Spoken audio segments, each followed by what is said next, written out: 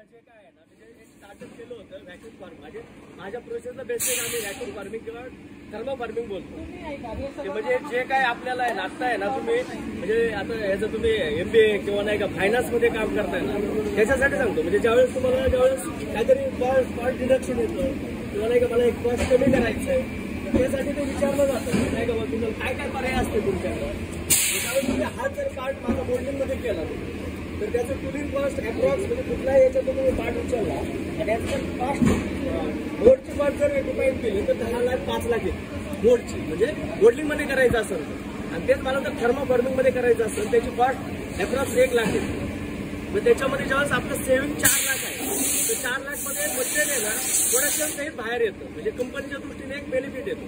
म्हणजे आपण त्यांना ते सांगितलं की बाबा तुम्हाला हे प्रोजेक्ट करायचं तुम्हाला आता त्यांना बोर्डसाठी 5 लाख उठवलं आणि 1 लाख उठवलं त्याच्यावर तुम्ही थोडंसं ॲडवाइज करता की काय आपण काय करतो 5 लाखाची व्हॅल्यू आहे आणि 1 लाखामध्ये तुम्हाला प्रोडक्शन सेम 5 लाखामध्ये प्रोडक्शन पण देतो. तर त्या बेसने आपण याच्यावरती काम केलं की नाही का म्हणजे जेणेकरून त्यांना कन्व्हिन्स करायचा प्रयत्न केला की साहेब तुम्ही ना तर पॅकेजिंगमध्ये ना कुठल्यामध्ये यूज करता त्याला ऑइली आहे किंवा त्याला पाणी लागलं किंवा ट्रान्सपोर्टमध्ये डॅमेज आहे तर तुम्ही हे का बदलत नाही. म्हणजे जे चेंजेस पाहिजे जसं लोक म्हणतात की नोकियामध्ये बदल का झाला नाही सॅमसंगने मार्केट घेऊन गेला तसाच प्रकार आहे. जर मी अजून पण त्या पुढच्यामध्ये किंवा याच्यामध्ये जर तेच करत राहिलो तर कालांतराने ते कुठेतरी नवीन घेऊन येते काय. म्हणजे आज मी ही टेक्नॉलॉजी आणली तर उद्या जुनी होती आणि त्यांना जे काय सोल्युशन पाहिजे म्हणजे नंतर कस्टमर आता नंतर काय झालं की त्यांना एकदा एका कस्टमरमध्ये अप्रोच झालो की मला असं मी प्रोडक्ट बनवला. जेव्हा ते मार्केटमध्ये जातो ना त्यावेळेस ते लोक विचारतात की तुम्ही कुठून बनवलं याचं सोल्युशन कुठून घेतलं तर त्यावेळेस आपले रेफरन्स त्यावेळेस वाढले जातं. म्हणजे माझी सायकल जेव्हा वाढत गेली ना जेव्हा मी एक सिंगल सोर्सने चालू केलं आज त्याच्यामध्ये माझ्याकडे 80 ते 90 प्रोडक्ट मी स्वतः बनवतो इंडस्ट्रीसाठी. त्याच्यामध्ये पहिला फर्स्ट प्रोडक्ट ज्यावेळेस मी घेतला तर फर्स्ट प्रोडक्ट घेतला त्यावेळेस माझ्याकडे कुठली अवेलेबिलिटी नव्हती. म्हणजे मशीन नव्हती रॉ मटेरियल नव्हतं पण तरी पण म्हणजे याचं परत तेच आलं की नाही एवढं टाकायची 3,000 म्हणजे 5 लाखाची मशीन टाकणार आणि माझा बिझनेस पहिल्या वर्षी 3,000 आहे किंवा 10,000 आहे किंवा 1 लाख आहे. 3 लाखाची इन्व्हेस्टमेंट घेऊन त्याला व्याज भरण्यापेक्षा मी ज्यावेळेस बाहेरून प्रोडक्ट केलं म्हणजे ज्याच्याकडे जी अवेलेबिलिटी आहे त्याच्याकडनं माझं प्रोडक्ट मी लॉन्च केलं की तिथं बनवलं तिथं जाऊन स्वतः त्याचं आपल्याकडे मटेरियल बनवून घेतलं आणि मी फक्त ट्रेडिंग टाईप केलं त्याला. आणि ज्यावेळेस मला पूर्ण कॉन्फिडन्स आला की आता आपल्याकडे प्रोडक्ट वाढत चाललंय आणि आपल्याला फॅसिलिटी वाढवायलाच लागत त्यावेळेस मग मी पुढच्या मशीनमध्ये गेलोय. म्हणजे ज्या मशीनवर मी काम करत होतो ना म्हणजे वर्षभर त्याच्याकडे काम करून घेतलं दुसऱ्या वर्षी ती मशीन मी स्वतः परचेस तीच मशीन आणि त्याच्यानंतर परत 3 मशीन मी स्वतः परत त्याच्यावर इंट्रोड्यूस म्हणजे जे काय म्हणजे आता जर मी पाहिलं तर माझ्याकडे बँक लोन आहे ना फक्त 5 लाख आहे. म्हणजे टोटल माझा बिझनेस आहे आता 5 करोडमध्ये मी ऑलरेडी माझं सेलिंग आहे वर्षाचं.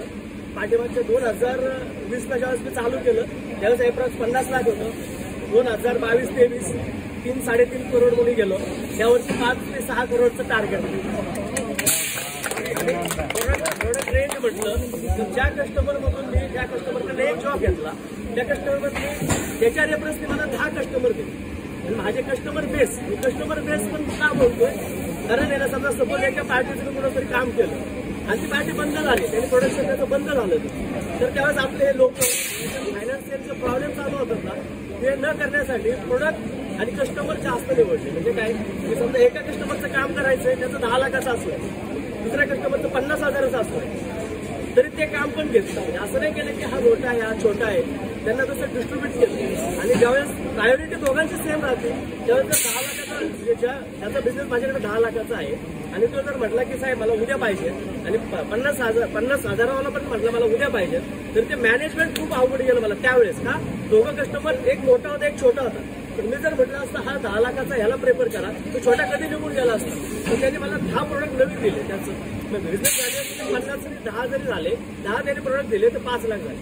म्हणजे मी त्यावेळेस छोटा मोठा प्रोडक्ट हे पाहिलंच नाही.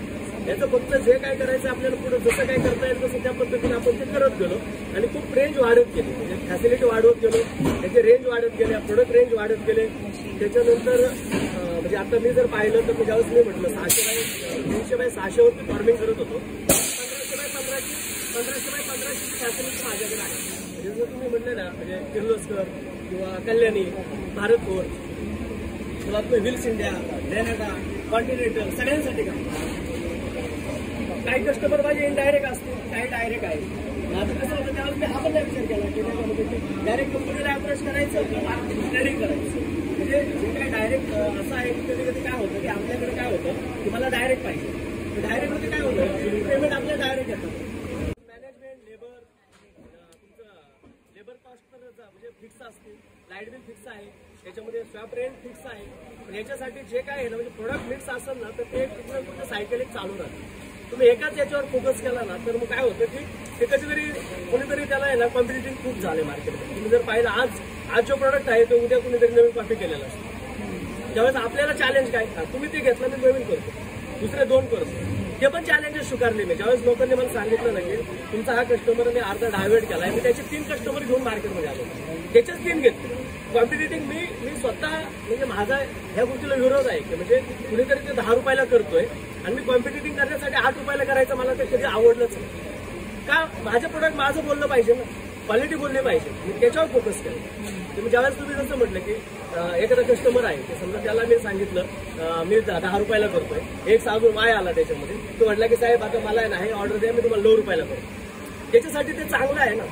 पण आणि त्यांनी कॉम्पिटिटिव्ह केलं पण त्यांनी 1 रुपया त्याचा लॉस करून घेतला.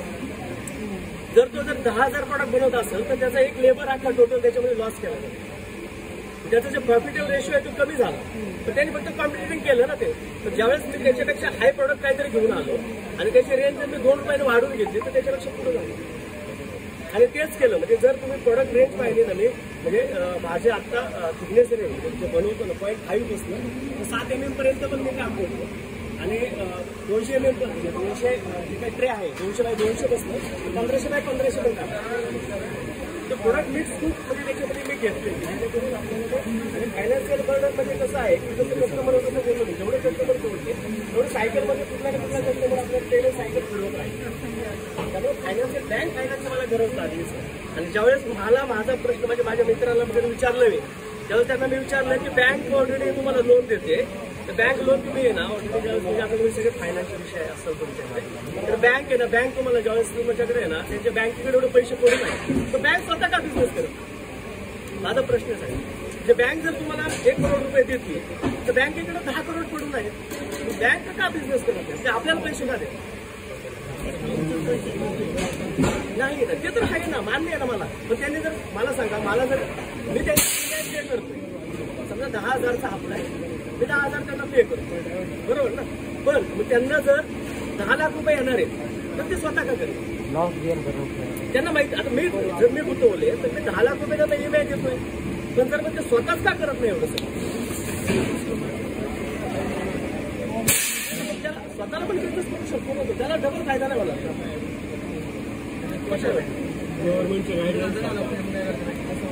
तेच म्हटलं ना बिझनेस म्हणजे रिस्क आहे ना. माझं पण मत तेच आहे ना. जर मी जर बँकेचा विचार काय आहे बँके एक सेफ गेम खेळते तुमच्याबरोबर सेफ गेम खेळते. मला जर आज 7% देतोय तर 7% याच्याबरोबर देतो यांना पैसे देणार 60%ला मला मंथली येणार आहे. पण आमच्या दृष्टीने ते नाही ना. आमच्या दृष्टीने आज 60% आलं तर 50% पण येणार. बिझनेस ऑपॉर्च्युनिटी काय आहे ती रिस्क बँक घेत नाही. त्यांना सेफ करायचे. जेव्हा तुम्हाला खरंच बिझनेस करायचे तर तुम्ही सेफ नाही करू शकत. रिस्क घ्यावाच लागते. हा एक फंडा वापरला की ज्यावेळेस कस्टमर सॅटिस्फाय आहे कस्टमरचं जे काय आहे ना तेवढं मला नाही का पुढे नंतर सपोर्ट केला. दररोजला हे करा तुम्ही नवीन प्रोडक्ट द्या. माझ्याकडे डेली 3 ते 4 इन्क्वायरी डेली पडले असते. त्याचं त्यांना प्रोजेक्ट देणं प्रोडक्शन मध्ये व्हॅरी होत राहतं का प्रत्येक वेळेस नवीन प्रोडक्ट रेंज वगैरे दररोजला व्हॅरी आहे. तर प्रत्येक दिवशी ना प्रत्येक प्रोडक्ट नवीन येतं आणि दररोज वेळेस त्यांची म्हणजे डिमांड वेगळी असते. म्हणजे आज जर त्यांनी सांगितलं मला असं पाहिजे तर त्यांना आहे ना ते काय करतात की त्यांना एक टिपिकल पार्ट देतात मला आणि म्हणतात उद्या की तुम्ही याच्यापेक्षा नवीन काय करून देऊ शकता जे मार्केटमध्येच नाही. तसं काहीतरी असं वेगळं करून जायचं जेणेकरून त्यांच्या जे लोकांनी जे विचार केले त्याच्या पलीकडे काहीतरी तरच ते आपल्यासाठी आहे. रेग्युलर लोक तर विचार करतात खूपच करतात हे असं आहे तसं आहे ते जे काय आहे त्याच्यामध्ये जसं म्हटलं ना मी की कस्टमरच्या ज्याला जे पाहिजे ना ते पहिलं मी त्याला पहिलं देतो की जे प्रोडक्ट कधी डेव्हलप होतात ते त्याला पहिले सगळं कोटेशन त्याचं जे काय डिझाईन कसं पार्ट बसल 3D मॉडेल जे काय पाहिजे त्याला पहिलं प्रोव्हाइड केलं. त्याच्यानंतर तो मला आहे ना प्रोडक्टमध्ये डायरेक्ट हे व्हिडिओ आणि हे कॉन्टेंट. आपला ॲव्हरेज कलेक्शन टेबल आणि रिसिवेबलसाठी कलेक्शन पिरियड काय ठेवलं? 30 days. सो 30 days पेक्षा जास्त सायकल मध्ये जे काय आहे ना प्लस मायनस ते आपण पकडलेलं असतं, कारण याचं तर आहेच एक 5-10 दिवस किंवा 15 दिवस पण पहिलं तर 30 days म्हणजे 45 days पकडलेलं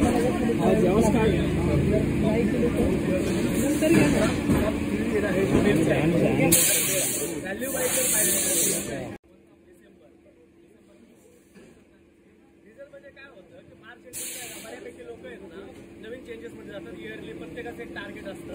जसं मी माझं टार्गेट सांगितलं की आता 31 मार्चपर्यंत मला हे टार्गेट आहे. 31 मार्च नंतर 1 एप्रिल नंतर माझं मोठं टार्गेट आहे की मला अजून मशीन वाढवायचं. हे टार्गेट घेतलेलं असतं. ज्यावेळेस आता मी ज्यावेळेस हे टार्गेट समजा मी तर आता आहे ना मी ना आता जसं म्हटलं की कंपन्या काय करतात जानेवारीपासून प्रोडक्शन वाढवत जातात. 15 मार्चपर्यंत त्यांचं प्रोडक्शन आहे ना हे केलं जातं. त्यासाठी ते जे काय स्टॉक पाहिजे रॉ मटेरियल माझं फॅसिलिटी पाहिजे ते करून ठेवतो. अजून एक